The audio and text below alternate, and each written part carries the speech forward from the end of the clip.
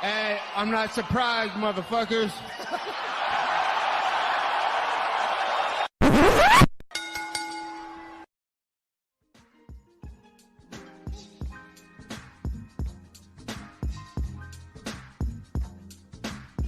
What is up, ladies and gentlemen? Welcome back to the Courtside Soundoff podcast. Once again, I'm Josh Evanoff. As always, welcome by the one and only man of the hour, too sweet to be sour, Angel Ortega. We got a lot of stuff to talk about this week. UFC 291, Terence Crawford, Errol Spence, Bellator X RIZIN, UFC Nashville, Jake Paul, Nate Diaz, KSI, Atomic Fury. Oh my God, so much more. But guys, as always, we're brought to you by two fantastic sponsors of the show, Rogue Energy and ELYXR. RogueEnergy.com, code SOUNDOFF at checkout for 10% off. Rogue Energy keeps me fueled up, keeps me going through my day. No matter what, I'm at the gym, I'm working at home. No matter what, they get me to the finish line. And they can help you get there with code SOUNDOFF at checkout for 10% off. Meanwhile, ELYXR.com, the exact opposite. HHG Delta 8 Delta 9. Code SOUNDOFF for 10% off. Really like to unwind at the end of the day with a nice gummy or a nice. You can go ahead and get 10% off for both Rogue Energy and ELYXR. Once again, code SOUNDOFF for 10% off. Last Saturday night, from the Delta Center in Salt Lake City, Utah, Angel, the BMF title on the line, the rematch for BMF Gold. In the end, Justin Gaethje gets a stunning head kick knockout win a minute inside the second round. Came out of nowhere, a competitive first round, but he just ends it out of nowhere in the second. And I don't think anybody saw that coming, man. Huge win. Evens the series at 1-1 now. What'd you think? Holy fuck, what an ending to a insane night. And then it led into technically the following day, too, of just combat. It was so overwhelming. Fuck it. We were kind of talking about it earlier. It was almost impossible to keep up with. I had two screens up. I really wish I had a second monitor, but I don't. I'm definitely investing into one too. I've been wanting to get another one for a while now.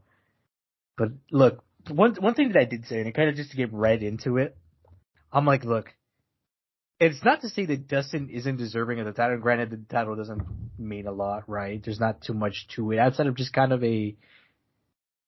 It's just not weird, like not like a championship title, but a nice like title to have, like a rank almost. You know what I mean?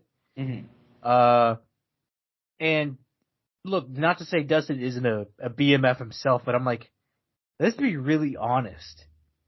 Like, if we had to say who was more of a BMF than the other, in a sense, right, to an extent, I mean, it has to be Justin Gaethje, right? You know, it kind of makes sense now in hindsight. I'm like, if you really think of that term and what we wanted to be, I'm like, dude, that's Justin Gaethje. That's the rolling thunder kicks. That's the guy who's fucking coming continuously forward at will, you know, throwing bombs, and he is the human highlight reel, you know? Mm-hmm. Yeah. I mean, that is literally what we call him, you know? There is no boring Justin Gaethje fight. I have never seen a boring Justin Gaethje fight in my lifetime. Ever. You could go back and watch his first ever fight, his debut, which I think was against Kevin Croom, funny enough. I think he popped up on my Twitter feed. This man has not had a single boring fight. He brings excitement every time. He is the BMF. He is the baddest motherfucker because you know he's going to lay it out on the line, even if it is his own demise. Granted, nowadays he's found ways to not do that. And Dustin, look, he's a bad motherfucker in his own, but I'm like, dude, it kind of makes sense. It kind of went this way. Mm-hmm. And I'm like, dude, Justin's evolution as a fighter, we've been seeing it. And then him taking that perceived fight and fighting a prospect and kind of now where we're at, I'm like, look, maybe in a way Justin Gaethje grew up, you know, as a fighter, evolved as a fighter and is now here, you know, like this is why he won this fight, you know. Kind of sad for Dustin. There's a lot coming out of this, but I'll let you talk about Justin's performance and kind of your thoughts, and I think we can rally back to Dustin because there was a lot of things that came out afterwards about each guy. And it's definitely not the end about Justin because obviously there's a conversation about what's next for him, but I kind of wanted to like give you the floor too. Yeah, of course. I mean, so just to go ahead and say straight off the bat, very shocking win. I mean, I don't know about you, but I said on Twitter, I was like, I don't even know what to say. Like I was almost exhausted. You know what I mean? I sent you my live reaction. Now I try to like hold my facial expression, and I'll grab my phone real quick and take a picture of it. Because that was the picture I sent you was literally my facial expression. I've done it twice now for you. I forgot what the other one was. I think it might have been when Izzy knocked out Bahia. I don't know. I think so. I can't remember. I've done it like 2 or 3 times now, but nonetheless, nonetheless, it was pretty funny. But yeah, I mean, I was just exhausted, dude. I mean, I was just like, damn, like of all the ways to go, I did not see it coming like that. But like you kind of mentioned, like obviously Justin has had a massive evolution as a fighter. And Dustin Poirier said on Fight Week, like, hey, don't try and get technical with me. Like, you're not going to win that game. And, well, he did. Now, granted, I mean, Justin, excuse me. I know, right? Dustin, God damn it. I know, dude, I know. Dustin got the hand up to block the kick, but it didn't even matter. I mean, just picture perfect. Picture perfect strike, man. And honestly, I mean, now we're kind of in a weird spot because, I mean, Justin, he said that he wants the winner of Islam Makhachev versus Charles Oliveira. I honestly am very intrigued to see how that fight would go, purely because obviously we know how it went with Khabib. But even then, I mean, and he's already lost to Charles. Yeah, and he's already lost to Charles. And like I'm kind of intrigued to see how that. Let me be clear, the Makhachev fight would go, because I think it'd be interesting, especially considering we can literally just compare, Khabib versus Khabib performance versus him. Whenever that fight does happen potentially. But even then, to kind of rally back to Dustin, because we'll talk about Justin's big call out and potential fight in a minute.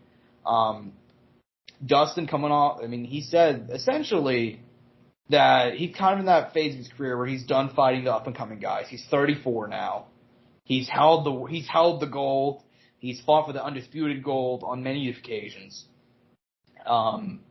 He was very kind of, I don't want to say like he felt content, and he never said anything about retirement, but did you almost get a retirement feel from Dustin Poirier on Saturday night? Yeah, I mean, I certainly don't think it's over because the way he was talking, it didn't feel like he was leading that way, but it just seemed like fighting for his position in the rankings isn't as of importance as it once was. And, I mean, shit, I don't blame him, right? I mean, there's a lot of these dogs coming up. These kids have this different level of hunger, right? And look, he, in a way, he doesn't have a lot of things to answer. I mean, he showed how he's done it all, right? He's fought for interim titles. He's fought for the title. Didn't get the title. He's fought at 2 different weight classes. Has had a incredibly long career in the UFC. He's established himself at one of the best dude at 155. Sadly, like I said, never captured the title, and I don't think ever will. Anymore, just because of the timeline he's on and kind of the way he's talking. But I was a little frustrated, not gonna lie, because it's like, okay, well, if you don't want to fight contenders, which is really your only other choice, and I get you have a name, you have some relevance. I mean, yeah, there's some fights out there, but like really for me, the only 3 fights that I'm interested in, Josh, are Conor McGregor quadrilogy, a trilogy with Justin Gaethje, which I think is at this point more desirable than a Conor fight for me, and a Colby Covington 170 fight, or maybe 165. Just putting it out there, just for interest, Yeah, I think those are realistically, you're not far off. Like I'm sure, like maybe, like I think Nate's gonna come back to the UFC. I think Nate Diaz is gonna come back. I think probably after this boxing match, because he's talked about it a lot, like about how like he's kind of been like, yeah, you know what. Kind of all those times I asked for money in UFC, like, I didn't really need it. I knew I was asking for a bit much, but I just knew my worth, And he's kind of talked like, I fully intend to go back. I just needed to step out for a minute. So I think a potential Dustin Poirier and Nate Diaz fight is possible. And like the other ones you mentioned, like the quadrilogy with Conor and trilogy with Gaethje, I don't think Covington's going to happen. I don't think you're going to get, I mean, maybe like it's like a grudge match, like a year or 2 down the line, but I don't think. I mean, I don't know what's Colby going to do if he loses to Leon, you know what I mean? Like, he would have failed capturing the title 3 times, you know what I mean? Like, Well, that's why he called out Dustin previously. I mean, that's a good style matchup for him, and he doesn't have to fight an actual contender, so, I mean, there you go. Yeah. I don't know. I mean, that's another big one, right? Like, where is Colby Covington's career if he doesn't beat Leon Edwards, right? Granted, though, that's another conversation for another day, right? But, yeah, but, I mean, for to kind of redirect, because now we got to go back to Gaethje. Because Gaethje, like I mentioned, you call out Makhachev and Oliveira, but, I mean, the division's already, backed up. I mean, you got a potential, for example, like, do you think they're going to give a Gaethje shot of Volkanovski? I kind of doubt it, you know what I mean? But also that depends on how things are going at 145 and so on and so forth. I don't know. That's a weird one, right? Like, I'm like, you got Justin Gaethje, you got Volk. Which way do you go? Obviously, I know which way I would want to go. Yeah. But I don't know as far as with the UFC and the numbers they got, which way they would want to go. You know what I mean? I think that's the other big thing. And I don't know. I mean, maybe a lot of casual fans will compare like a Justin Gaethje Islam Makhachev fight if it were to happen to a Khabib matchup. You know, like that would, they'd be like, oh, not interesting because they probably go the same way. You know, they're related or whatever. They know each other, right? I mean, maybe that's one. But if Charles wins, I'm not gonna lie, that doesn't really interest me either. And it's nothing against Justin, but I don't know. I mean, I think he could win that. I think he has a good chance as anybody, but I don't know if Charles beat Islam, man. I mean, fuck, dude. I definitely don't know if I'm picking Justin Gaethje in a rematch. Actually, never mind, because that would mean Charles would have to beat Islam. So, yeah, no. I mean, at that point, I don't know. I think at that point, I would actually rather see Volk take a crack at Charles. Yeah, I mean, look, man. I mean, I've been very kind of upfront about my thoughts on, like, I think it'd be interesting to see a Makhachev Gaethje fight. Just for the curiosity of comparing how Khabib would do versus Makhachev, but I don't think it'd be very competitive. Yeah. And I think, like, how many times are we gonna? I understand Gaethje's like super like entertaining. I'm very well aware of that, but like, how many are we just gonna keep on giving him title shots after every one or two wins instead of? Because I understand, like, he finally fought an up and coming guy against Rafael Alpha Zeeb, but like, my only one that remembers, like, he beat he beat Chandler. And he had a meltdown. He was like, if I don't get a title shot, I'm done fighting. I'm going to retire. And, like, he threatened to do the same thing if he didn't fight for the vacant title after Khabib retired. Like, I understand the Gaethje's super important and super entertaining. But, like, I mean, he's already had, like, 2 title shots in the span of about 3 years. Both of them went and look, very lopsided fashion. We haven't had a guy break through. Like, I think it was Beneil and Gamrot were those 2 guys, and they didn't, you know. Yeah. Beneil ended up fighting Gamrot. Gamrot ended up losing. Beneil ended up losing to Charles. And obviously, Gamrot ended up getting a decision over Soryuka, so that slowed down. That is well down. Holy hell, can't speak.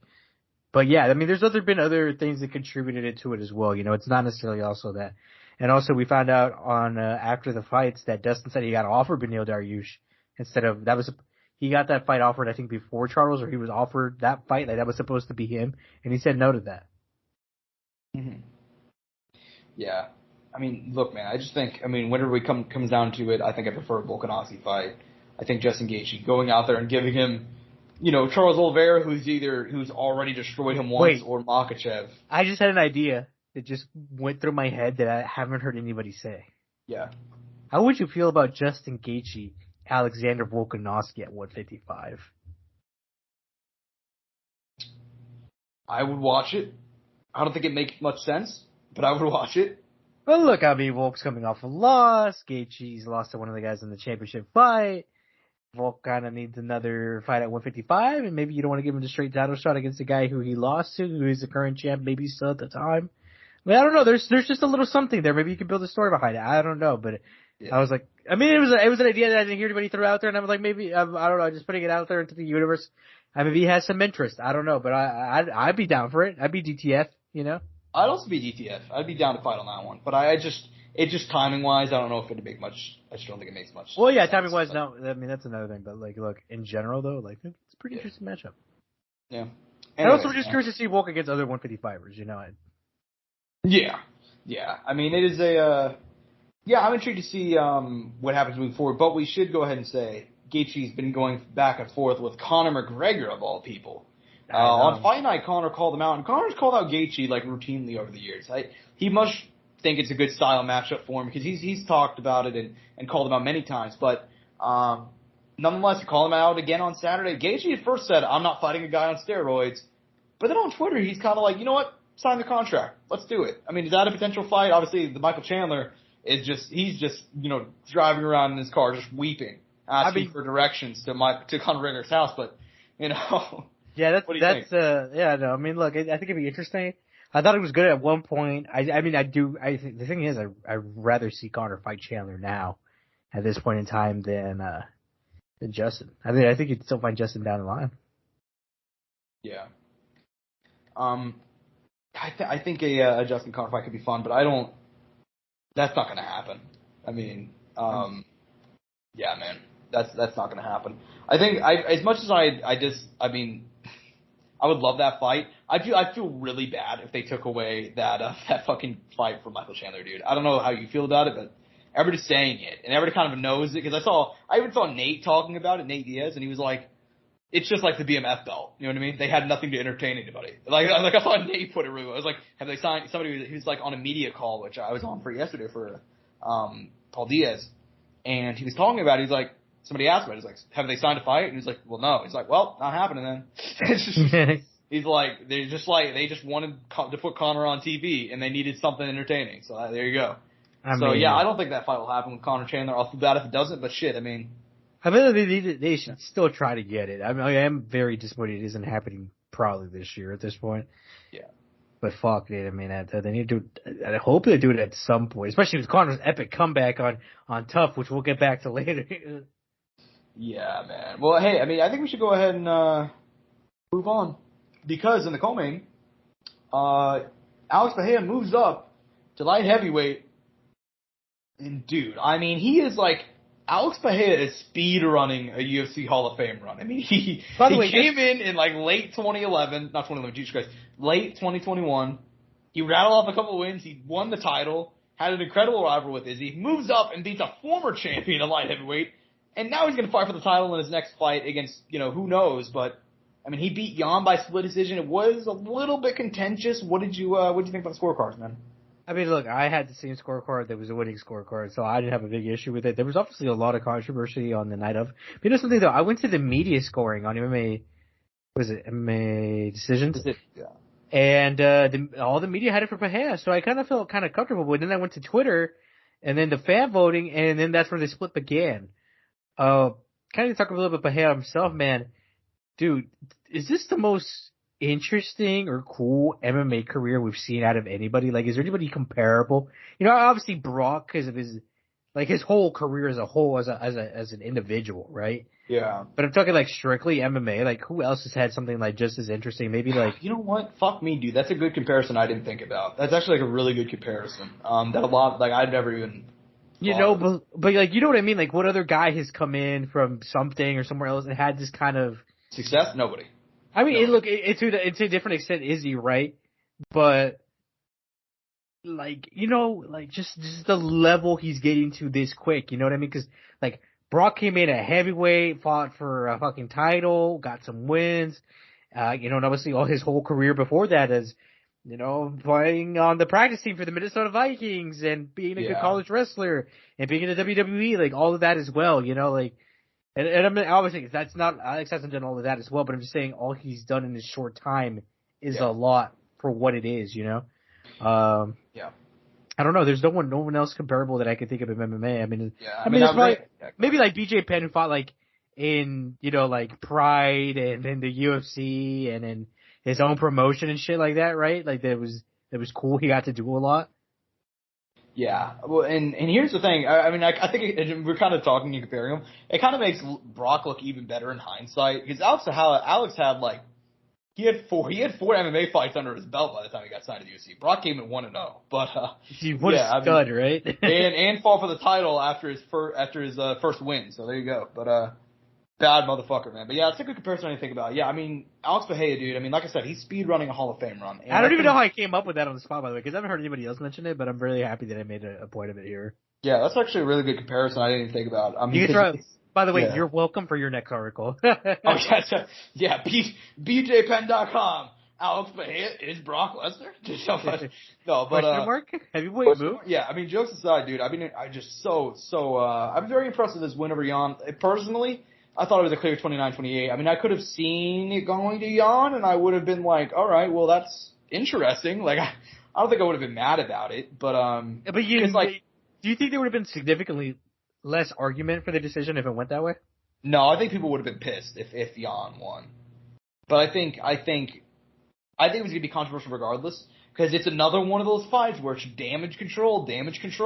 His first round, Jan, I mean, by the way, I like to always bring this up, but like, dude, Andreas Machildas was fucking finishing a rear naked choke on Alex Pereira like in 2020 away from all this shit not happening. But anyways, Jan had him in the same spot, almost the same spot, took his back for the first round, pretty much dominated but couldn't get the sub. Second round, pretty much got, I mean, I wouldn't say he got his ass kicked, but clearly got.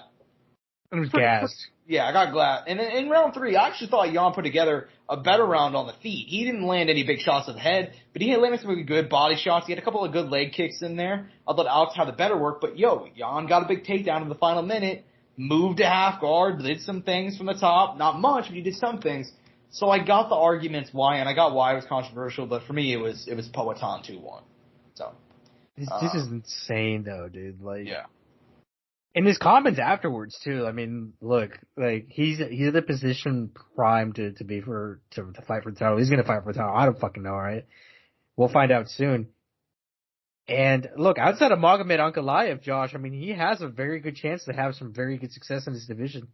I have to give him credit. His composure when he was on the ground, right? Not like spazzing out, not freaking out, which is like one of the big things you learn. Like, I remember it was one of the things when I went to jiu-jitsu class. They told me, or someone told me, he's like, dude, they told me you did one thing very well already. It's like, you're not spazzing out, freaking out, trying to get out of positions. And that was one thing you got to credit him to. And shout out. And by the way, I wonder how different Alex Pereira's career would be in MMA if he didn't have Coach Glover. I think he really lucked out having him as a good friend and a good coach, and obviously an amazing guy, right? Mm-hmm. To help him. And dude, another thing, I wonder if this fight is different for Jan if it isn't at elevation. Granted, he did go out there. He knew where it should be. He had to prepare for it, right? There's obviously no excuses. But I just wonder what factor that could have made, what difference it could have made. They kind of get into the actual hit comments. They asked him afterwards, like, if you were to win the title, would you defend it against Izzy at 205? And he essentially said that, obviously, if that fight happened there or whatever, yeah, sure. Or I don't even know exactly how it went. But regardless, the thing is, he wants to fight Izzy again at 185, not 205, because he said that's where it all went down. Mm-hmm. It's 1-1 in MMA. The trilogy will be at 185 because that's where they met. And he's going to get where he wants to get it done. So that really surprised me. I was like, okay, interesting. Yeah, I mean, I thought it was pretty interesting too. That's not exactly what I expected. What a dog though, right? Like, yeah, I didn't see that coming at all. And I get his reasoning. I was like, that's actually pretty badass, like. Dude, that was some evil anime character type shit when he said it. I was like, damn. We've talked about this before, like kind of like off air, but like Alex Pereira, like we didn't really like him when he first came to the UFC. I probably think just because I mainly don't like people who like get stuff like handed to him. I kind of felt like he kind of got the title shot, kind of like gift wrapped to him, But as like a guy and like a fighter, like I'm kind of a huge Alex Pereira fan recently. I got a lot of dude. He's getting chance. Yeah, he rules, dude. He's a badass dude. He has personality. If he rarely lets it out, but once he does let it out, it's pretty entertaining. He's a funny guy too. But nonetheless, man, I think we'll see him get a title shot next, likely against Yuri Fujioka, and we'll see. Nonetheless, on the main card, the Black Beast, Derek Lewis. Dude, I've not seen somebody get bitched out this hard in a long time. Like, Derek Lewis just runs at him, throws a knee. Marcus Solieri de Lima, what are you supposed to do, man? I mean, what are you supposed to do in that position? Goes down, Derek cuffs on, ground and pound, knocks him out inside of 30 seconds, takes his trousers off. I mean, you know what I mean? Like, he was... What do you think, man? I mean, that sounds like a great night in the office, man, but... I mean, and I told you off air, right? We were talking in the green room a little bit. I'm like, dude, this reminded me in some ways of Fabricio Verdum running out, flying sidekicking Travis Brown. Obviously it was a knee, by the Black Beast, but fuck, it reminded me a bit of that. Obviously, and I don't even think that fight even ended in the first round. I think it ended in the following round, right? That fight didn't. Yeah, or went to decision. I was going to say, I don't know. It's been a bit, fuck Josh, man. How long has it been since that fight happened now? It's been a fucking fat while, man. Like, regardless though, I mean, I'm happy for Derek, man. It's a feel good moment. Obviously though, I mean, Marcus Rogerio de Lima, I mean, look, is he a top 15 heavyweight really? No, but I mean, Derek kind of got to step back. So I'm curious to see how he's able to rally back. And, Derek got abs, man. That's another thing. He got abs, which is a big thing. And And, I mean, that was kind of just a cool thing to see. Kind of scary, right? Cause you're kind of like, oh fuck, okay, he's maybe serious now. You know what I mean? Cause, a lot of times with Derek for a long time, it kind of seemed like, I'm just here to fight, man. Like that's what it is. If I'm not really interested in the title or nothing. And at one point, like, he was right there for you. I mean, obviously some unfortunate matchmaking for him as far as like just guys who had skill sets that were very good and looked very special, aka Cyril Gahn, and things didn't go the way with Tai Tuivasa, and he had him once since his win over Chris Dawkins, who's now trying to fight at 205. So I don't know. It was good to see it. And, he's older now. He's almost approaching 40, and I don't know how much time is left. But he is a heavyweight, and he has been knocked out, which is obviously in recent time. So it is a little worrisome there. But look, we got the Black Beast back. And it felt good. Didn't seem like he was thinking about retirement anytime soon, so that's a nice feeling. But he did say, though, that this was the last fight on his contract, so I don't know. I'm sure the UFC's going to bring him back after this one, though. He's too much to enjoy, unless he decides to go make, $1 million against Francis Ngannou in the PFL. But I doubt it. I think he's going to stick with the UFC, and the UFC's going to obviously take care of him like they always do. Yeah, I mean, so you cut said a couple things there. I mean, Derek Lewis, if I were him, I'm taking that Ngannou fight, dude. I mean, $2 million to go and rematch a guy who I've already beaten. Right, Yeah, right. Worst fight of all time. You already beat him, right? Yeah, granted, worst fight of all time. But shit, Derek Lewis won that fight, So it's like they got a story, right? They got a story. They're gonna do redemption, right? They can build it up. Yeah, it's just crazy to me. I think it's just absolutely crazy to me that if Derek's even considering re-signing. I mean, he's a better man than I'm sure that they're going to give Derek Lewis a good deal. Like, I'd be willing to bet that, like, Derek Lewis is such a crowd pleaser. He's such a fan favorite.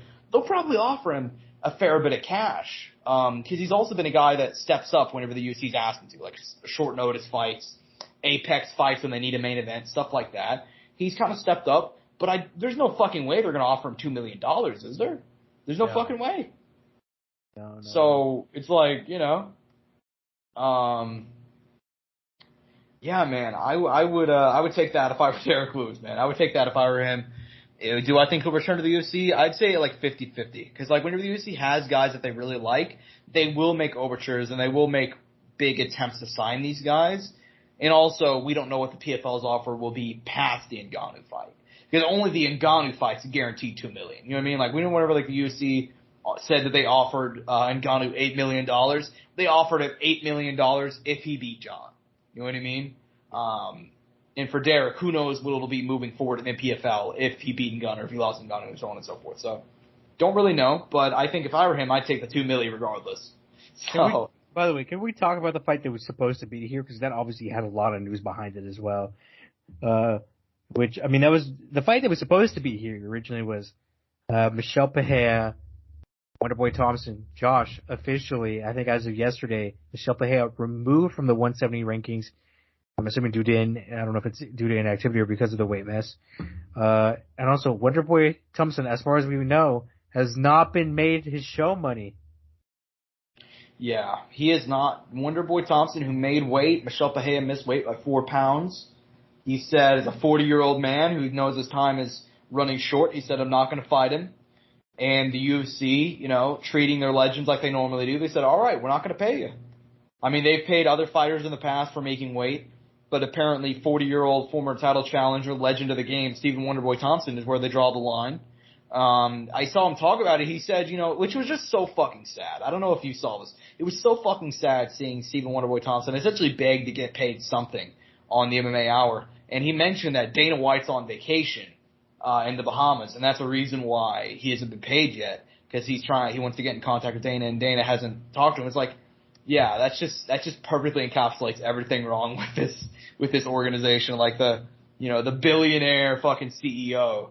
The fighter who makes, like $100,000 a year, best case scenario, sitting around waiting for, I'm sure Wonderboy's not hurting, but it's just the principle of it.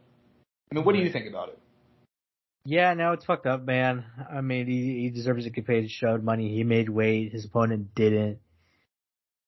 I don't know. It's just shitty, obviously. And it sucks because this fight was meant to be made multiple times. Mm-hmm. It was supposed to happen multiple times and it didn't.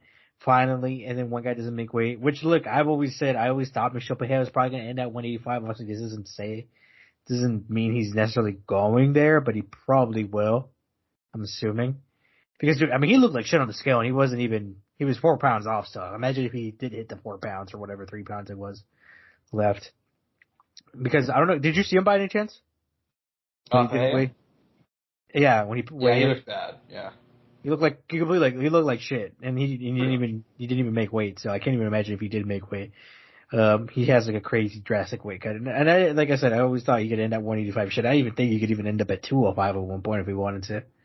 So, I don't know if the UFC's kind of like, all right, because I mentioned to you there earlier, they pulled him from the 170 rankings. I wonder if that means they were like, all right, 170 is not gonna happen anymore. You fucking missed weight, or if it was because of inactivity. Mm-hmm.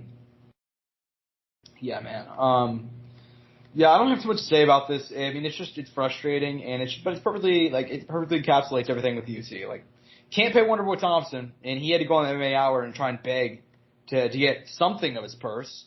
But Boss Man's on vacation, so he's not getting any callbacks from him. So, there you go. I mean, it's terrible. I mean, I don't know how you can defend it. I know people will. I know that there were I saw this Porky Pig looking ass motherfucker on Twitter who was being like, Wonder Boy didn't take the fight. Why should he get paid? It's like, like this fat fuck has ever been in the position to ever have to do anything. Like, try and work for anything. Like, people just don't understand what it takes to be a professional athlete, which I think is part of it. Like, Wonderboy Thompson he's not just showing up on fight day. Wonderboy has been in camp, working his ass off day in, day out. But they're prize fighters, Josh. They're meant to be tough. They're supposed to fight no matter what, Josh.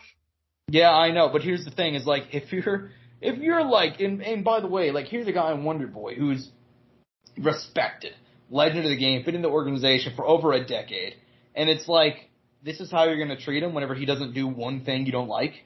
Like, when has Wonderboy ever been an issue outside of this situation? Like, I saw, and again, like, other people were like, well, he ducked Shavkat, like, as if Wonderboy is the only person to ever turn down Shavkat Rakhmonov, like. Right. Like, just, it's ridiculous. It's insulting to the fighters, but that's exactly what the organization does. They always insult the fighters. Josh, I don't know if you know this. I've actually been offered Shavkat 6 times, and I've refused them every single time.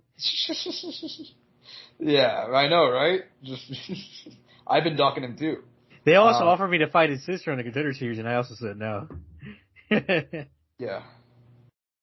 I mean, it's I don't know. I don't know what else to say about it. It just perfectly encapsulates all the stuff we talk about in the UFC, man. I mean, and you didn't talk about it, but can I get your thoughts on Michel Pereira being removed from the 170 rankings? What do you think about it? Does that mean he's going to 85, or do you know anything that I don't know? I don't know anything, but there's no way that he's trying to make 170 again. I'll put it like that. I mean, Michel Pereira has missed weight in the past, right? Like, he missed weight against, who was it? Tristan Connolly, remember that? That was his debut, right? That was his second fight in the UFC, yeah. Oh, it was the second fight? Okay, I thought it was I mean, look, dude, like, he's always been one of the biggest welterweights. We've talked about this. You know what's funny is, like, I see a lot of fans complain about, like, weight bullying. But, like, whenever it's just, but no, we can't talk about that here, Wonderboy should have fought, I don't know.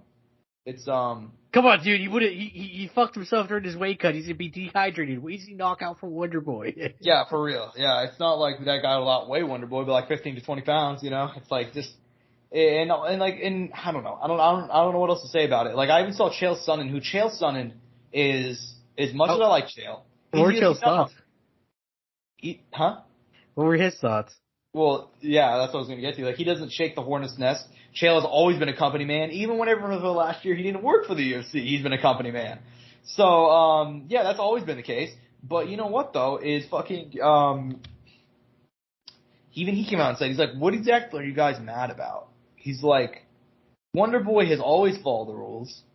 And he broke this rule this one time, but it's a guy who's older, he's done a lot for your organization. He's never missed weight. He's always done everything the right way, and now you're mad that he did things the right way again. You know what I mean? It's like, what are you mad at him for? Just pay the guy. And it's not even like Wonder Boy is asking to be paid his full purse. He's just like, I haven't paid anything. You know what I mean? Mm-hmm. Like the Bear, like they could throw something at him, but they won't, and they haven't. So we'll see. But I don't exactly expect much to happen. But that's who they are. You know what I mean? Like that, they keep on telling fans who they are. So vote with your wallet. Yeah, well, I mean, vote with your wallet, guys. I mean, look, the UFC and WWE, the TKO group, their combined company, was valued at $21 billion. $21 billion, with the B, boys. $21 billion. But Steve Wonderboy Thompson, who makes like what, $150,000 a fight, probably, like around, he makes less than probably $200,000 a night. I'd wager. Can't give it to him. Can't even give him like $5,000. Can't give him $10,000. Can't give him shit. But Dana White's on vacation, Angel. Whatever. It is what it is. Let's talk about the most depressing moment of the night. Bobby Green defeating Tony Ferguson. This was another fight. El Cucuy comes out here, drops Bobby Green in the first, and we're like, holy shit, it might happen. And He's then back. he got eye poked 7 seconds later and essentially lost all his momentum, got choked out cold in the third round. 0-6 in his last 6, El Cucuy. I don't know what else to say other than I hope he retires. Yeah, no, I mean, this one just was the nail in the coffin for me, man. I was like, look, if he doesn't look at least like super competitive, and look, I gotta give credit to Tony, always coming forward, always being tough, but look, toughness doesn't win fights, and it just ended up getting finished. Yeah, no, I mean, it's done, man, and he also looked slow, Josh. I mean, dude, the fucking, that Ivanari roll, dude, I saw that coming from a mile away, man. Even if you put me in the cage, I think even I'm ready for it, dude. Mm-hmm. I mean, even the spinning elbow he threw out there, which look, he wasn't like fully going for it. I don't even know if it was full force, but like, It all looks slow reactions too. It just, yeah, it is what it is. Age caught up. It's it's father time. It is what it is. Yeah, it's just unfortunate. We know this is always the shittiest part of a fighter's career if they get to it. Mm-hmm. Yeah. I don't know what else to say. Like, he came out afterwards and said that Ferguson did. Let me clarify. That essentially he thought Bobby Green eye poked him, and that was a major reason why he lost the fight. And, like, I mean, look, man, like, I actually think, like, if this were not Tony Ferguson who had lost 5 fights in a row, I think most people would be like, oh, yeah, the eye poke played a heavy role. The eye poke did slow Tony's momentum. Tony did drop him 7 seconds with a right hook. Like, it had just happened when he got eye poked.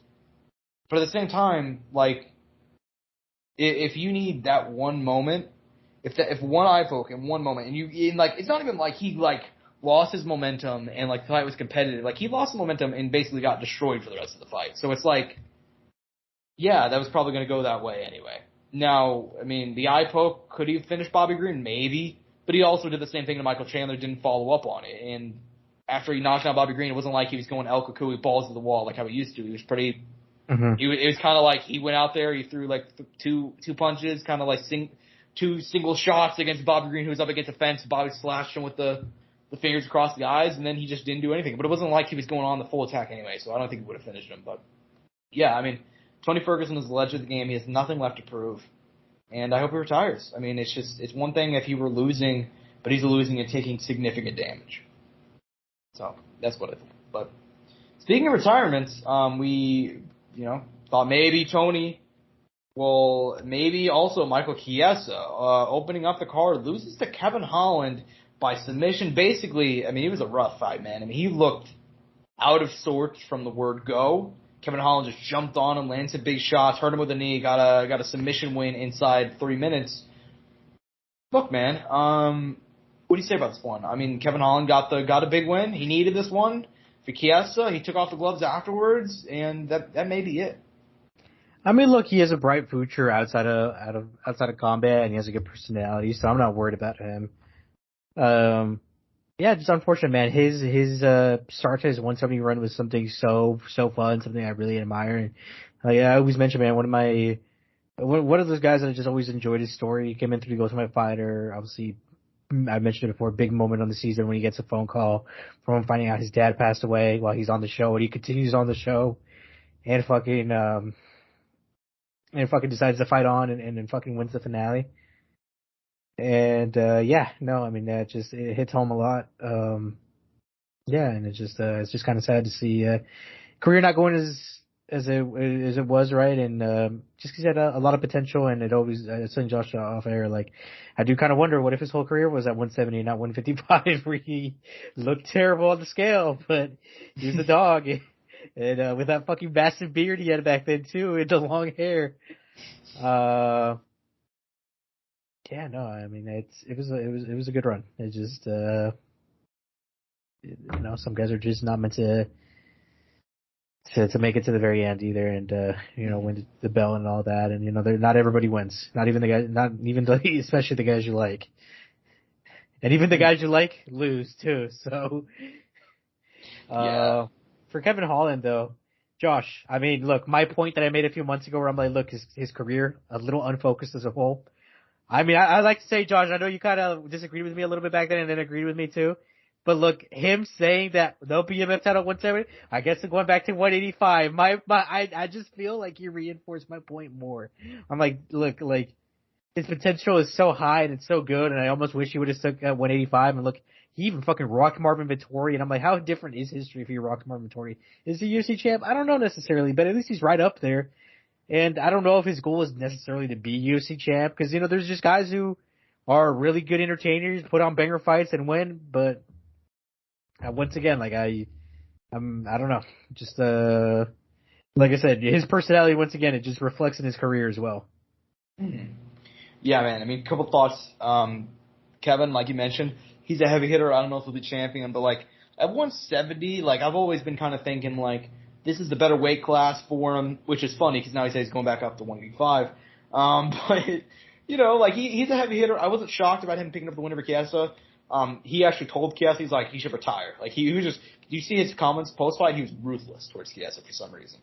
Really? I don't know. Maybe he just felt, I don't know. I guess he felt disappointed. I guess he expected more out of him, and it didn't feel like it. I don't know. It was kind of like, you remember when Renato Moicano, choked out that one guy he wanted to fight more? And he's like, and then the guy was like, why did you submit me? Yeah. Anyway, just to kind of like redirect it, but yeah, I mean for Michael Chiesa, I think he might come back for one or two more, but I mean his time's ticking. That's pretty much it for his title run. Yeah, I mean unless he does something insane, takes the fights on short notice and beats him, unless he comes out here and beats fucking Shockbot, which I mean I don't know. Yeah, be the bearer of bad news. I don't think that's gonna happen, especially because probably not. And the reason I'm saying that is because Kelvin's out, which I mean I don't even know why they gave Kelvin that fight. Dude, Jesus Christ! I think if anything, it's good that fight fell out.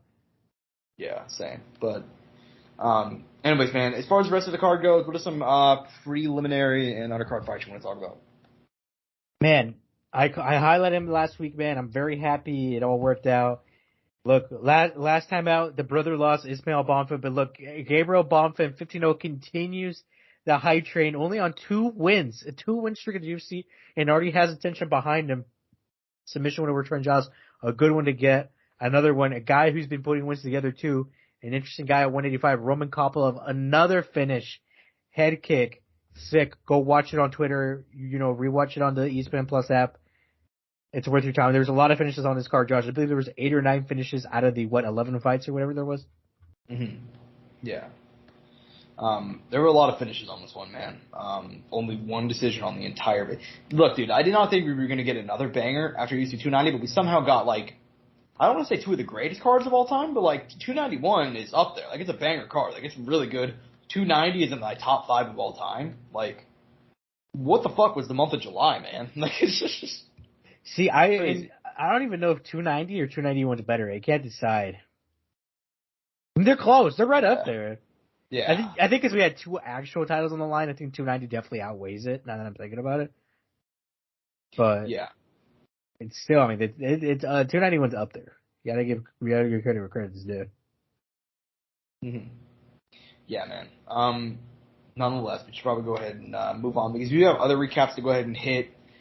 This is the one that I was in shock, man. The history behind this fight, everything going into it, and it wasn't even close. But Terence Bud Crawford dominates Errol Spence. I mean, wasn't close for a fucking minute. I mean, he knocks him down in round 2, and then he knocks him down a couple more times. He battered him. He had him bleeding all over the place. Spence couldn't get anything going. Bud landed, I believe, 58% of his power shots. At least that's the stat on the night of, which is fucking insane. Overall, he landed 50% of his punches. Huh? Overall, I believe he landed 50% of his punches, which is insane. Yeah. I mean, dude, Terence Crawford was putting up fight night champion numbers against Errol Spence. Dude, you're not even wrong. It's like when you get the fight stat the screen, like everybody, you're always landing in that game. That's what Terence Crawford did. He looked like a video game out there. I mean, I don't know what else there is to say about this outside of give me your thoughts and how impressed you were. Look, I was impressed, but to an extent, and I don't know about you, because of how long we wanted this and what it was made out to be. And look, I mean, it happens all the time with big fights. Weren't you at least a little partially disappointed that Earl didn't do better? I don't know. Obviously, the performance was so great, but I was just kind of like, because of the build-up and the years and what I expected and what I thought it was. I mean, Josh, I was expecting a highly contested. I thought this fight was going to go to a decision and people were going to be fucking arguing over the decision. Like, I was dead set on that. I was already getting mentally ready for it. I was like, I had my judge card ready. I was making my scorecard. I had it pulled up. First round happens. Okay, Earl. And then we go on to that, and it was no more scorecards for Earl. He fucking gets dropped in the second. He gets dropped twice in the fucking, what was it, 7th or 8th? I can't even remember anymore. Mm-hmm. Like, he got dropped, I believe, twice in the 8th. Yeah, look, I'm not saying I was disappointed because I was impressed, but there's a little bit of me where I was like, I'm impressed, I'm satisfied, but I'm not at the same time, Yeah. Regardless, though, shit, I don't, this is gonna happen again. I mean, we've heard it. Apparently, he doesn't want to fight again at what they fought at 147. Fucking boxing weights are fucking whack. Mm-hmm. And then on a weird number. And he said we fight at 147. Yeah, and he said he would rather do it at 154, which I think Bud said he was down. But look, overall, I mean, look, the performance was beautiful. I'm sure you can watch a highlight reel of it out there on YouTube. It's a one-sided affair. You're not going to have to watch a lot more outside of that, Mm-hmm. I mean, look, I'm happy with my Bud pick, man. Look, I mean, there was a lot of people who had Earl. There was a fair bit that had Bud, but especially with the resume Earl was bringing in, I mean, there was a lot of questions and stuff like that. And fuck, man, Bud Crawford proved how great he was on that night. 100%. And then you asked me if I was disappointed. Not really.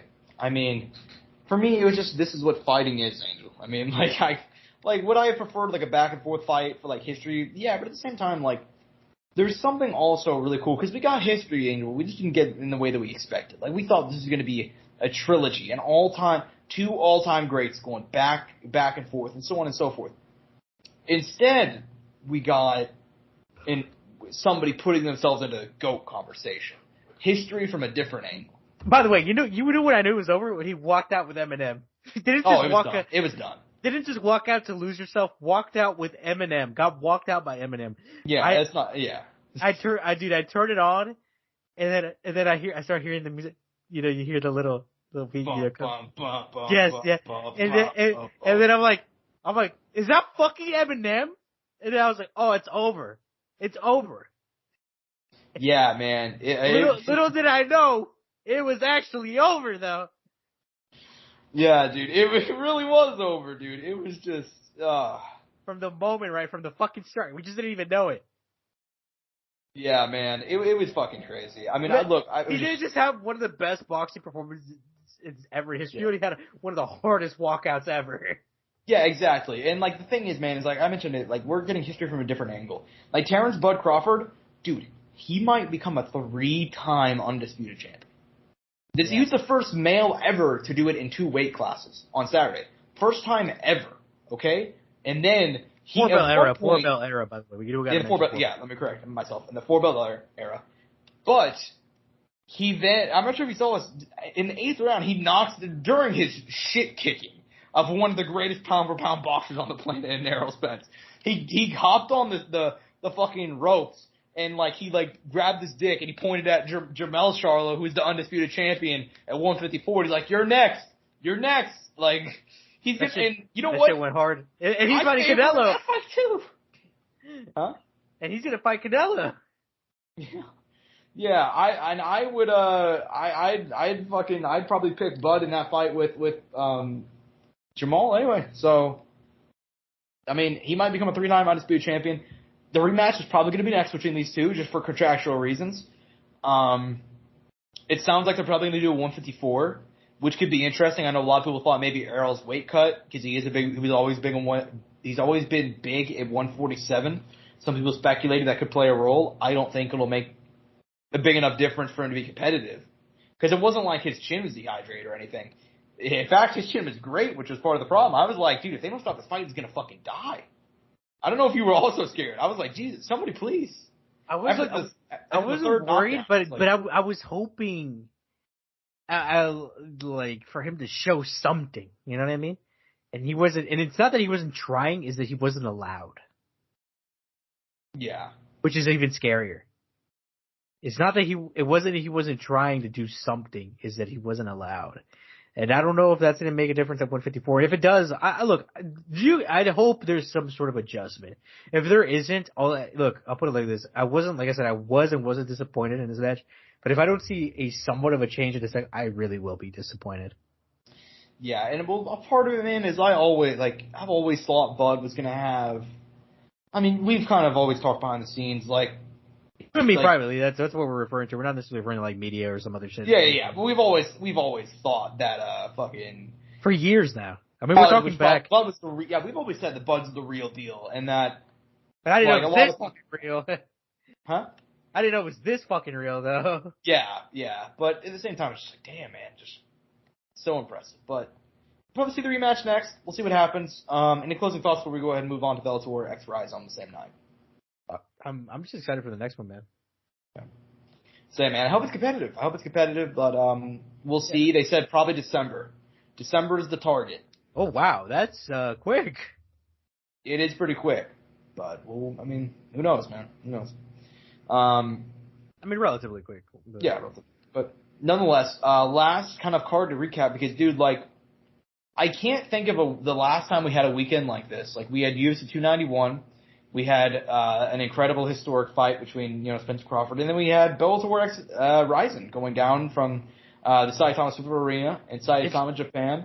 It's crazy you say that, but I feel like it wasn't that long ago. I feel like we had something similar where we had boxing, we had we had like a big Bellator card, and we had a UFC pay-per-view. I can't remember.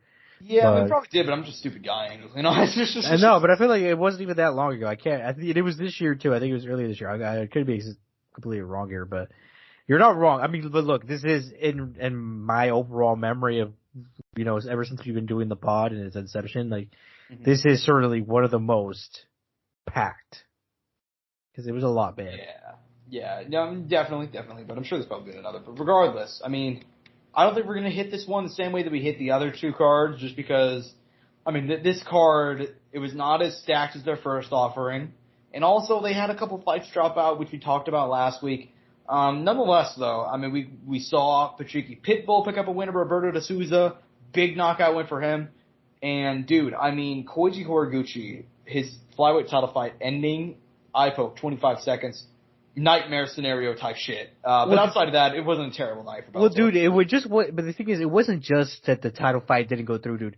This is their inaugural championship 125 crowning in Bellator, and it ended like that. This is why this was such a travesty. It wasn't the fact that it wasn't like this was just a championship defending title, like, 5 years into the weight conception. This is their inaugural introduction to the weight class, and it ended like that. Mm-hmm. But it's literally the worst case scenario outside of, like, some tragic fucking injury, you know what I mean? Or, later afterwards someone paused for some fucking roids, you know what I mean? Mm-hmm. Yeah, man. Yeah, it was just so disappointing. I mean, Bellator is basically not going to be around for much longer. We're all kind of aware of that, but god damn, what a way for, like, your new it's going to be the last division they added.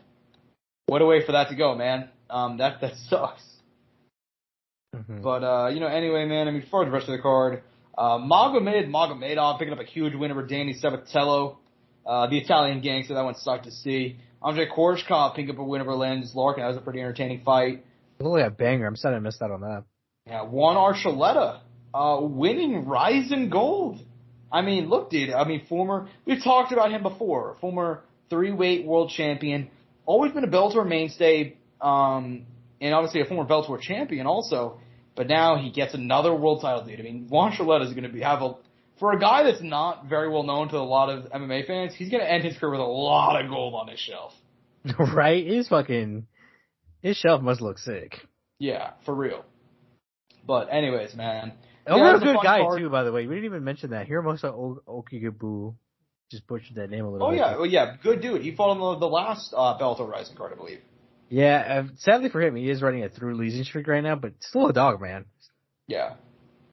Definitely. Still a dog, man. Still a dog. But, yeah, I mean, kind of looking at the rest of the card, Patricio Pitbull suffered an upset loss, but he also took the fight on extremely short notice. And up a weight class from his normal 145 yeah, exactly. Weight. So, and in Japan, and against a kid who knew he had to go out there and put these lights out. So, I don't know. There's not, kind of to like talk about that one a little bit more, there's not a lot it wouldn't take a lot of weight to this loss, you know? Mm-hmm. Yeah. Anyway, I mean, he'll be back. It happens, but I wonder what the record is. I can't remember the last time there's somebody who lost 2 fights in a row, but they're still champion. Because he's still champion at 145, so I'm sure there's something out there, man. Yeah. Some sort of history. Yeah, nonetheless, man. I mean, I think we should go ahead and move on, because we do got more stuff to talk about this week. And UFC going down, UFC Fight Night, from the Bridgestone Arena in Nashville, Tennessee, bantamweights.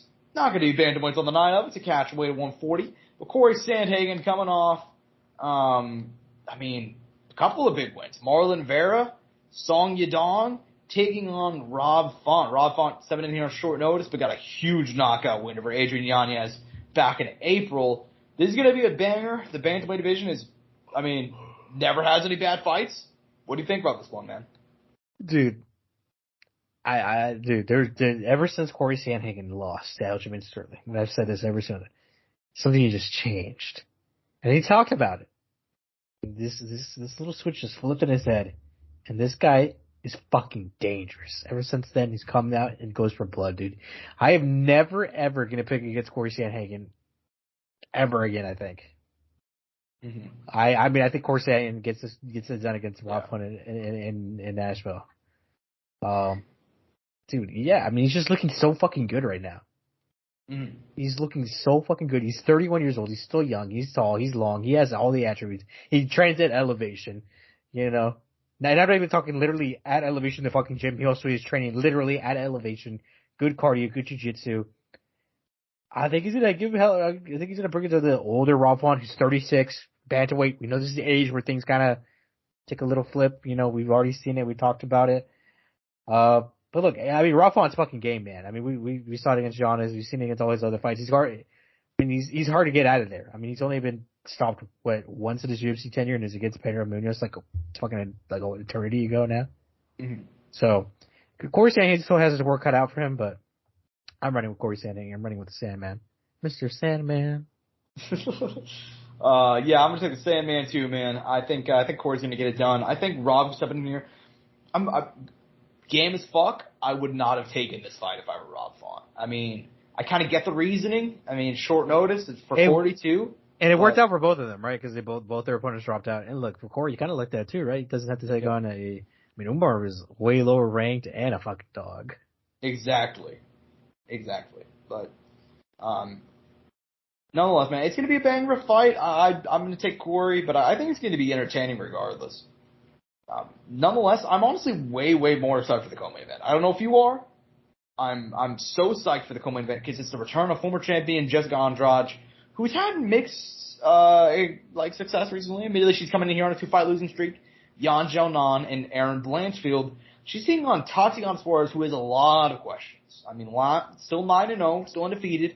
Last defeated Montilla de la Rosa in February in her return after 3 years out of the cage. Look, man. Very excited to see this one. This is kind of the fight to find out if Tatiana Suarez is still for real. Is that dog still in there? But have the injuries played a role? We're gonna find out on Saturday, man. But what is your pick as of now? Look, let me be honest. Like, obviously, Tatiana has these questions to answer, but look, Jessica Andrade also has some questions to answer too, man. Let's just put it out there. Yeah. 2 finish loss streak. She got finished on the feet last time. Counter right, Jan shutdown. Before that, Aaron Blanchfield submission in the second round. Look, and before that, you got to give credit. She put a world beating on Lauren Murphy. And dude, this is her 5th fight in a calendar year. I mean, she has been super active, which, I mean, could be good, could be bad, but when it catches up to you, man, and I think it did in that Aaron Blanchfield fight, and I think it did again in that Yan Shanao fight. I just don't know if this is smart. Again, look, it could work out in her favor. Tatiana Suarez has been out of the game, injuries, we all know this, but she's also been working hard in the gym, working hard with her boyfriend, our boy. Why am I looking at his name right now? In Bellator. I can't think of it either. I'm blanking on his name. Patchy Mix. Our boy Patchy Mix has been putting work with him. They've been literally actually training with each other. And, I mean, obviously we've seen the successes brought to him. Let's see if it can transfer over to her and, find some goal here or find a big win here. Mm-hmm. Yeah, I'm going to go and take Tatiana Suarez. I think if she is still straight up half, because I think, damn, Josh, dude, it's like that. Yeah, I mean, I had so much respect for her skills back in 2019, 2018.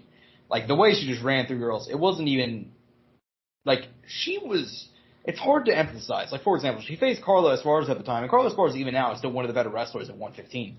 And that fight wasn't even close for a second. She beat the dog shit out of her on the mat. That fight wasn't even on the feet. So she's levels better than, the best grapplers at the time whenever she left in 2019, 2018. It's just, if she's still there, because even then, on the mat, as much as I like Jessica Andrade, it's we saw how easily Erin Blanchfield got through her once she got her down to the mat. So will Tatiana be able to do the same? I don't think it'll be easy, but I think she'll get the win. That's how I feel about it. And also worth noting that Andrade is taking this fight on short notice as well. And it's 115. I wonder, this is going to be her 4th fight, man. Jesus. But it's her 5th fight in a calendar year, though. In a year. Yeah, she's being active.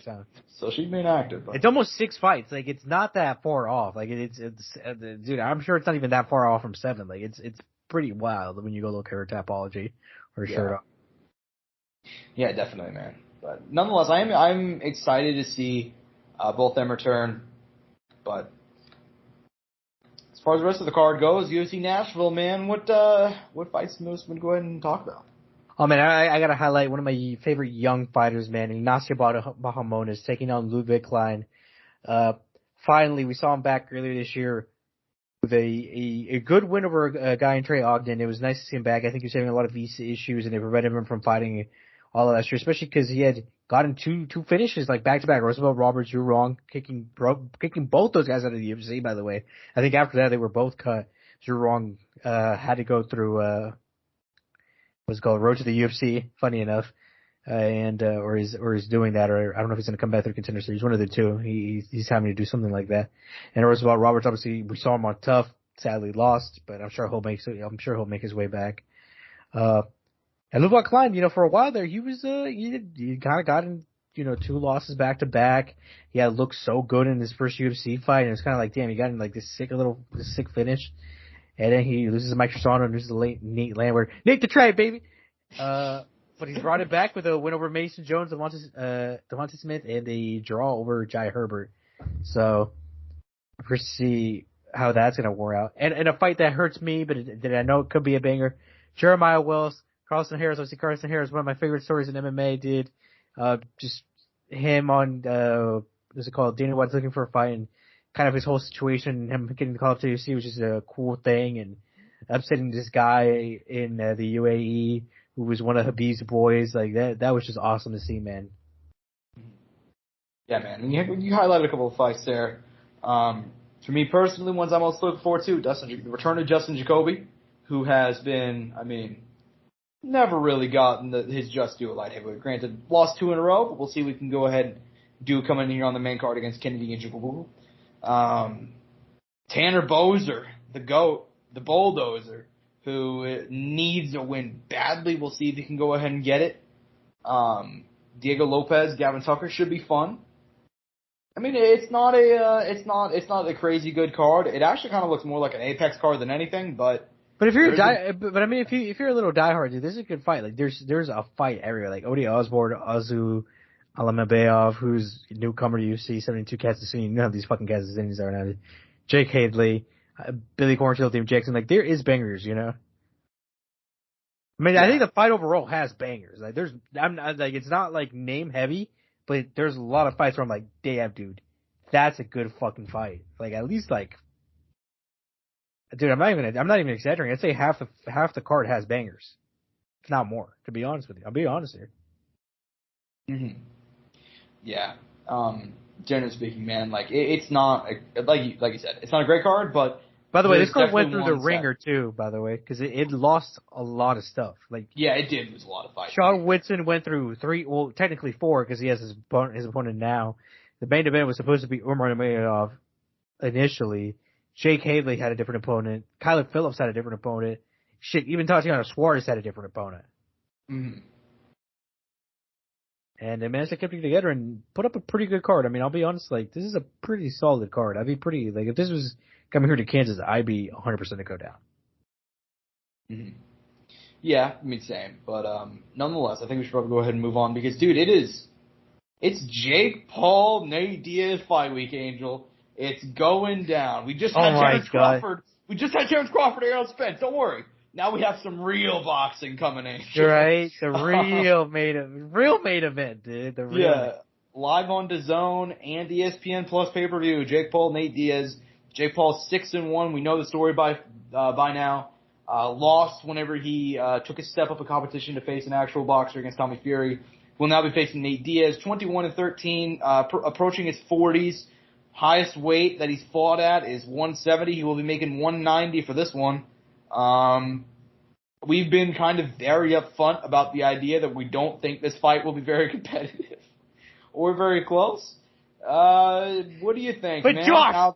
Josh, he trained with Andre Ward. I love this. It's just too good. What do you think, man? Now that we're here, what do you think? Do you think that the fight will be competitive? What's your excitement level, I guess? Excitement level? I mean, I'd say a solid 7. You know, I think 70%. I'd say that's pretty solid. Because I'm curious. I want to see how Nate does. Like, as much as we meme about the whole Andre Ward thing, I'm like, well, shit. I mean, let's see it, right? You know what I mean? Like, if there's a time to prove it, I mean, it's now, right? Like, yeah. You know, let's see what he could do. And I've always been curious about what Nate could do in boxing gloves. And the undercard is actually kind of interesting. I mean, we got Chris Avila versus Dreamer Stevens, Amanda Serrano. Like, they've actually been able to construct a pretty decent card, actually. Like, I'd say I'd watch the majority of this card if I'm being quite honest with you. I mean, that's yeah. I mean, I'm probably gonna watch the whole thing, man. I mean,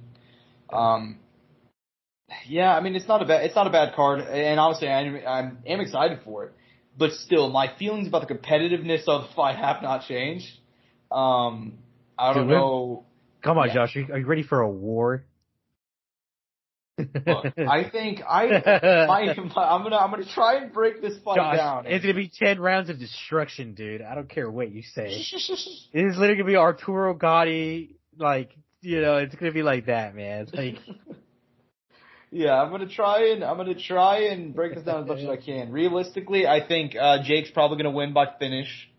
Probably. Damn, that's gonna be kind of sad to see, right? Because like, Nate's never been like knocked out really like that, you know what I mean? Like, but look, dude, I think here people have taken this too much the opposite direction. I got a better question. Go ahead. Does Jake end it, or does the towel get thrown in? I think Jake probably ends it. Yeah, I was just curious because I'm like, what if he started kind of getting beat on, and they were like, oh, you know something? Like, we've been in MMA a long time, and this brain damage ain't it, man, you know? Yeah, definitely. But I just think, like, if it can get to the later rounds, maybe we'll have a shot. But, like, I don't think it'll get there. I just think, like, dude, people have taken this in the wrong direction. Like, for example, I saw, like, Joe Rogan say something like, if Jake Paul was not Jake Paul, if he was just, like, some amateur boxer, would be like, oh, God, this kid's the next big thing. He's a real deal. Like, he took it too far. But I do think if Jake Paul was not named Jake Paul, and we were like, okay, who do we pick? This 26-year-old who's been boxing for about 5 years, who walks around 200 pounds, is about 6'1", or do we take the 40-year-old man who has never boxed, never had a professional boxing match? He is a fighter, but he's been doing different forms of fighting. He sounds like Ben Askren, dude. Yeah, I mean, we're doing the whole thing again, dude. It's just like, all right, let's take the names out of it. Let's take the names out. Who do you pick? I'm picking Jake Paul. So there you go. I mean, I hate it. No, I'm on the same boat, man. I'm on the same boat. I'm gonna feel disgusted, but I mean, but you're gonna watch it. You're gonna watch it at your local Buffalo Wild Wings because you're not gonna pay for it. Oh my god, dude! I've already hit up the B-dubs. I'm like, you guys, I've already pulled it up. You know what I mean? I'm like, oh, they're gonna show it. All right, cool. You know. Anyways, dude. I mean, closing thoughts on this card. I don't know, man. It's just, I'll watch it, but here's the thing: is like I have my least. I'm the least excited for this Jake Paul fight of probably any of them. You know, because I thought after the Tommy Fury fight, it was like, all right, you can't go back to MMA fighters after boxing the boxer. You know what I mean? Like, it just... Or if he is, at least have fight guys like who are younger and they're maybe close to their prime. You know what I mean? Yeah, it's just, you know, we're just doing the same thing again. Like, what are we doing? But anyways, I mean, that's all my thoughts on it. Angel, do we talk about the real boxing match involving YouTubers, which got announced? Jesus, yes. The real YouTuber card? Actually, let me rephrase. It's the Prime card. Because KSI versus Tommy Fury will be going down October 14th for Manchester Arena in Manchester, England. Set for the co-main event is Logan Paul in his first boxing match in over 2 years. As of now, his opponent has not been revealed. But rumors have it. The rumors have it will be Dylan Dennis. It's crazy. Which, if they book Dylan Dennis again, they deserve whatever they get. But regardless. Right? Regardless. I wonder who he what do you think about this announcement, dude? They've said they've teased that they're going to do the Prime card. They're finally doing it. Man. Fuck, dude. I mean, look, my biggest curiosity is who's Logan fighting? You know what I mean? Like, look, we got JJ's 20 cool, but like, who is Logan fighting? Like, why the fuck do we not know yet? You know what I mean? Also, yeah. Logan's return got delayed because of injuries and all that, because of the WWE, right? When he worked that last event, like, he just got fucked up. Just got wrecked.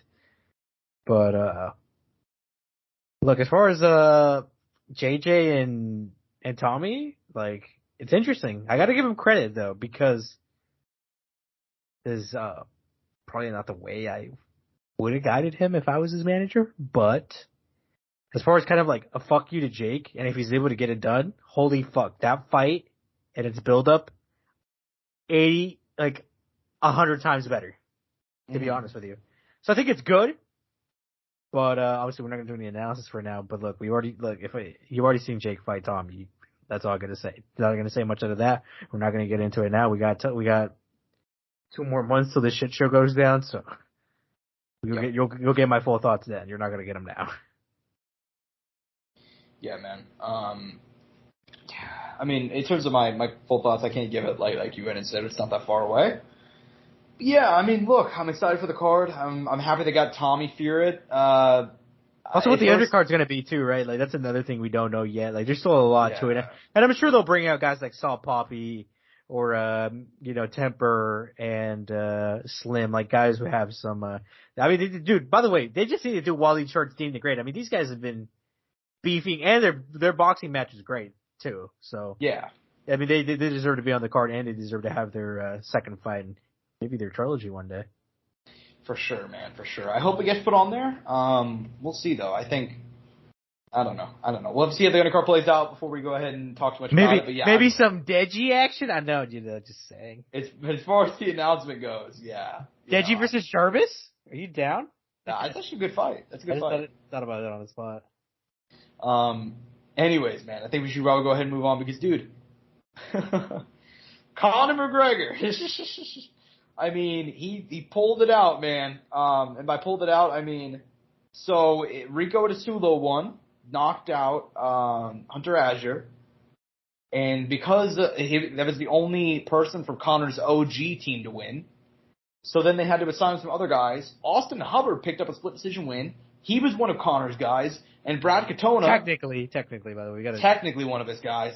But Brad Katona is actually one of Conor's guys who actually trained with Conor, but somehow got put on Team Chandler. It was a little bit awkward, but he actually switched teams. He gets a split decision win over Team More Value of it, an absolute banger. Angel, is Conor McGregor about to do the reverse sweep?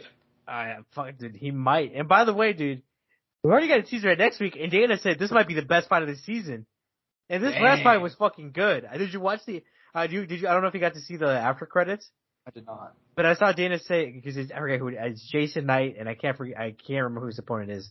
But it's Jason Knight and his opponent, and all I know is like when they show the credits and it showed Dana at the end after the fight ends, and all I heard Dana say was, "Damn, that was fight of the season." And I'm like, dude, what the fuck? This last fight was good. I can't how is that going to be better than this? Like, it's not like it was. Look, it's not like this was one of the greatest fights of all time, but it was a pretty good fight. I just didn't know how the guys would hold up. But look, kind of like what we mentioned in the past, like, dude, I kind of wish they would have like mixed the teams up and like the whole bets and prospect staying and all that. Look, you kind of seen the shift now of quality of fights with these guys who were of a better quality. It's kind of like crazy. Like from the first fight, like from the Roosevelt Roberts and Austin Hubbard. It was Austin Hubbard, right? Yeah. Right. Like you saw the change in quality of fight like right then and there. It's actually kind of crazy. It kind of is, but dude, I think it is. Like, look, we talk. I mean, and I think deservedly so. We gave Conor a lot of shit on this show, and so has everybody. But like, his guys have won 3 in a row now. I mean, he had the Rico win, and technically, Austin Hubbard was one of his guys, and he won. And then fucking Brad Katona goes out there and gets a win and an absolute banger. I just think it's funny. I mean, technically, like 2 of those guys weren't even his to start with, but it is kind of funny. But, yeah. And look, Brad Katona he booked his ticket to the finale. I mean, he'll be back in the UFC technically in some way, which is pretty cool. So he potentially has an opportunity of making history and being the first two-time tough winner.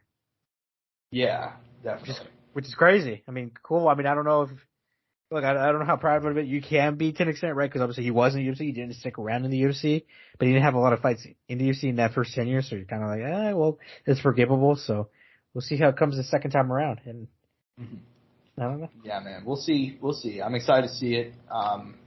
That being said, I think there are 2 kind of topics that they're kind of like they're lighthearted, but not lighthearted, one of them, but we'll probably make jokes about it. But I think we have to talk about this story because I've been seeing it gain traction in the boxing world. I did not think anybody would actually talk about it, but Clarissa Shields called out Keith Thurman.